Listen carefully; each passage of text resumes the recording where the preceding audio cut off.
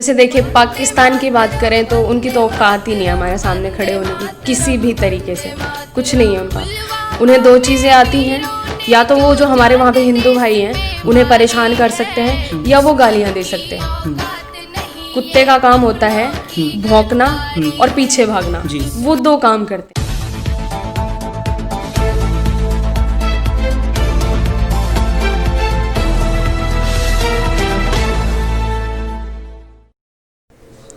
नमस्कार, स्वागत आप सभी का धरातल न्यूज में। मैं हूं आपके साथ सुदेश पुनिया। भरा नहीं जो भावों से, बहती जिसमें रसदार नहीं, हृदय नहीं वो पत्थर है जिसमें स्वदेश का प्यार नहीं। ये लाइनें सुनकर के आप जरूर पूरा फोकस आपका कैमरे की ओर हो गया होगा। हो भी ना क्यों, क्योंकि हरियाणा प्रदेश के अंदर ऐसी ऐसी बेटियां जो है आज पूरे देश का दिल जीतती जा रही है, एक देश के लिए एक रोल मॉडल बनती जा रही है।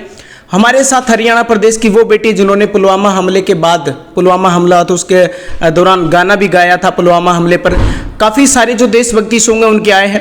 हरियाणा प्रदेश के काफ़ी मशहूर सिंगर रामकेश जी जीवनपुराड़ा, उनकी जो बेटी है कवि सिंह जी, वो हमारे साथ आज हमारी टीम के साथ मौजूद है। मैम, सबसे पहले आपका स्वागत है हमारे जी, आपको भी नमस्कार और आपके सुनने वाले सभी दर्शकों को वंदे मातरम।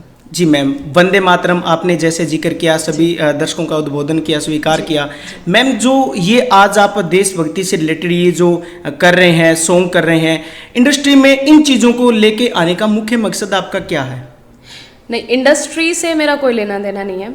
मैं आपको सबसे पहले बता दूं कि बचपन से ही, और मेरे पापा ने, मेरे दादाजी ने बचपन से मुझे ये सिखाया है कि सबसे पहले आपका देश है, उसके बाद आपका धर्म है, उसके बाद सब कुछ है, उसके बाद आपका परिवार है, खाना है, पीना है, रहना है, आपके शौक है, वो सब चीज़ें बाद में है। तो उस चीज़ को मुझे लेके आगे बढ़ना है, तो मैं उसके लिए काम कर रही हूँ। जी मैम, आपने पुलवामा जो सॉन्ग है वो गाया, कैसे एकदम से ये चीज़ आपके दिल में उठी कि मुझे ये एक जज्बा आया कि मुझे ये सॉन्ग करना चाहिए? कैसे प्रेरित हुए एकदम से आप? पहले तो आपके यहाँ हरियाणा प्रदेश के अंदर देश के लिए, उससे पहले तो इतना नहीं था, लेकिन एकदम से ये ऐसा गाना है जिसने युवाओं के अंदर, देश की आर्मी के अंदर, देश में एक वो जज्बा, वो जुनून भर दिया। मैम, आप में ये जज्बा कैसे आया?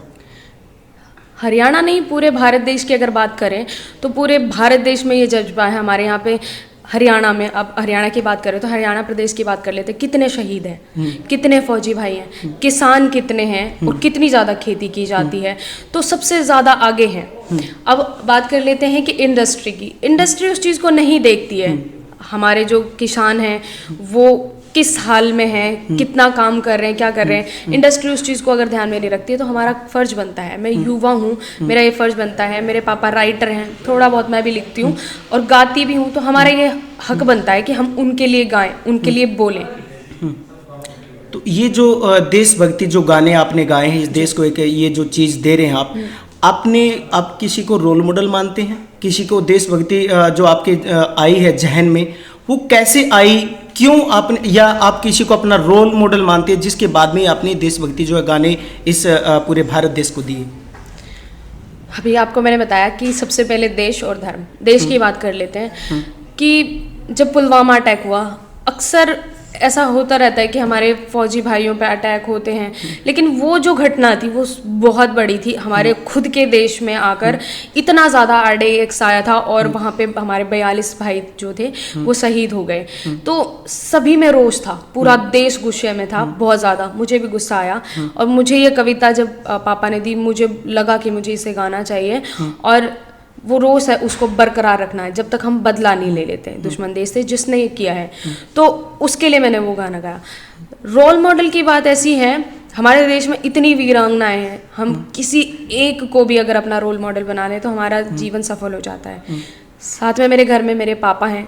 मैं आपको एक चीज़ बता देती हूँ, हमारे घर में बेटा बेटी में कोई फ़र्क नहीं है। तो मैंने अपने पापा को अपना रोल मॉडल माना है और मैं अपने पापा को अपना गुरु भी मानती हूँ, उन्हीं को फॉलो करती हूँ। वो मुझे हर चीज़, धर्म के बारे में हर चीज़, आपको अभी भी बताती हूँ। अभी भी अगर पापा कहीं से आते हैं तो मेरे लिए कोई ना कोई ग्रंथ, कोई ना कोई ऐसी किताब लेकर आते हैं जिससे मैं सीखूं, और मेरे पास बहुत सारी किताबें, तो वो सिखाते रहते हैं। तो ये चीज़ें वहीं से आ जाती है मेरे में। जी मैम, अन्य जो युवा हैं, जो लड़कियां हैं इस प्रदेश की, अन्य जो लड़के हैं, वो आज दर बदर राहें भटक रहे हैं।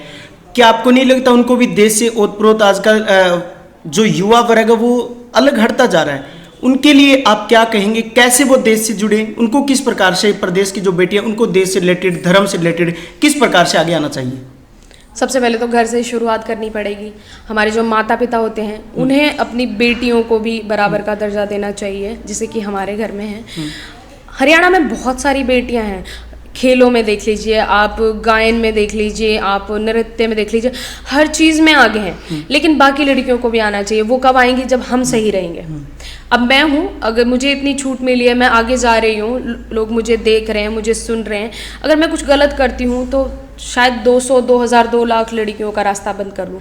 मैं अगर सही चलती रहूँगी तो मेरे जैसी हज़ारों लड़कियाँ आ जाएंगी।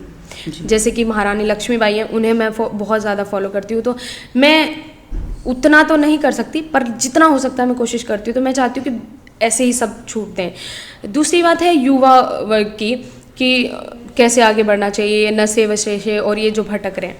हमारे यहाँ पे सबसे ज़्यादा हमारे फौजी भाई हैं, किसानी करते हैं, ये सारी चीज़ें चल रही है, तो हमें उनसे सीखना चाहिए।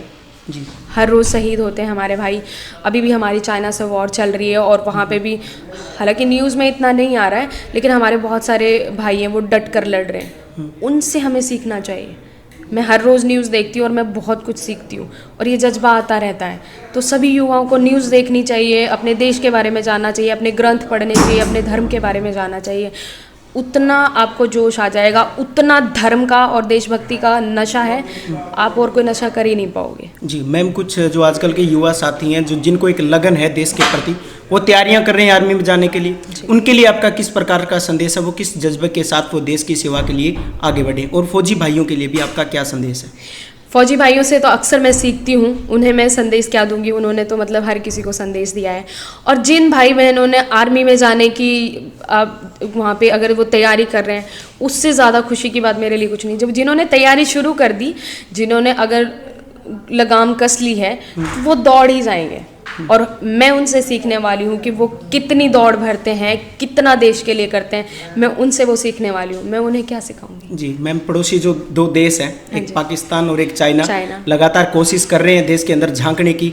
आप इस बारे में क्या कहना चाहेंगी? हमारा जो ये भारत देश है, मुल्क के लिए, अपने देश के लिए क्या कहेंगी? उनको किस प्रकार से देश से सबक, अभी भी उनके पास वक्त है, सबक लेना चाहिए, या फिर भारत देश को उनको अभी जवाब देने का वक्त है? आप क्या कहेंगे इस पर? वैसे देखिए, पाकिस्तान की बात करें तो उनकी तो औकात ही नहीं है हमारे सामने खड़े होने की, किसी भी तरीके से कुछ नहीं है उनका। उन्हें 2 चीज़ें आती हैं, या तो वो जो हमारे वहाँ पे हिंदू भाई हैं उन्हें परेशान कर सकते हैं, या वो गालियाँ दे सकते हैं। कुत्ते का काम होता है भौंकना और पीछे भागना, वो 2 काम करते हैं। चाइना की बात है कि चाइना के कई सारे, अभी परसों 2 दिन पहले मैंने न्यूज़ देखी तो 3 हमारे यहाँ पे जासूस थे, नेपाल से थे, चाइना से, और अपने एक इंडिया से था। तो अपने देश में भी जो कुछ सेकुलर बन के बैठे हैं, कुछ गद्दार लोग हैं, तो उनको भी साफ कर रहे हैं साथ के साथ। सरकार भी बहुत अच्छा काम कर रही है। मैं वैसे किसी सरकार के समर्थन में हूँ नहीं, बट अच्छा काम करने वाले को सराहना चाहिए। तो चाइना जो है उसको भी पता चल जाएगा थोड़े बहुत दिनों में, क्योंकि पैसा जो होता है ना, वो ज़रूरी नहीं होता जी। भक्ति ज़रूरी होती है, देशभक्ति ज़रूरी होती है, जज्बा ज़रूरी होता है, और वो जज्बा हम लोगों में है जी। तो हम लोग उनको भी उनकी औकात दिखा देंगे। पाकिस्तान की तो औकात ही नहीं जी। चलिए, शुक्रिया मैम। आपने देखा कि किस प्रकार से जो कवि सिंह है, उन्होंने देशभक्ति से रिलेटेड और युवाओं को मोटिवेट करने के लिए आज हमारी टीम के साथ जुड़े थे। इनका एक बार फिर चैनल की तरफ से, पूरी टीम की तरफ से हम धन्यवाद करते हैं, वंदे मातरम कहते हैं। और इसी प्रकार से जुड़े रहिए हमारे चैनल के साथ। एक बार फिर से जब कभी भी मौका मिलेगा इस देश से रिलेटेड बातों को जानने का, हम एक बार फिर से आपकी मुलाकात करवाएंगे। देखते रहिए धरातल न्यूज़।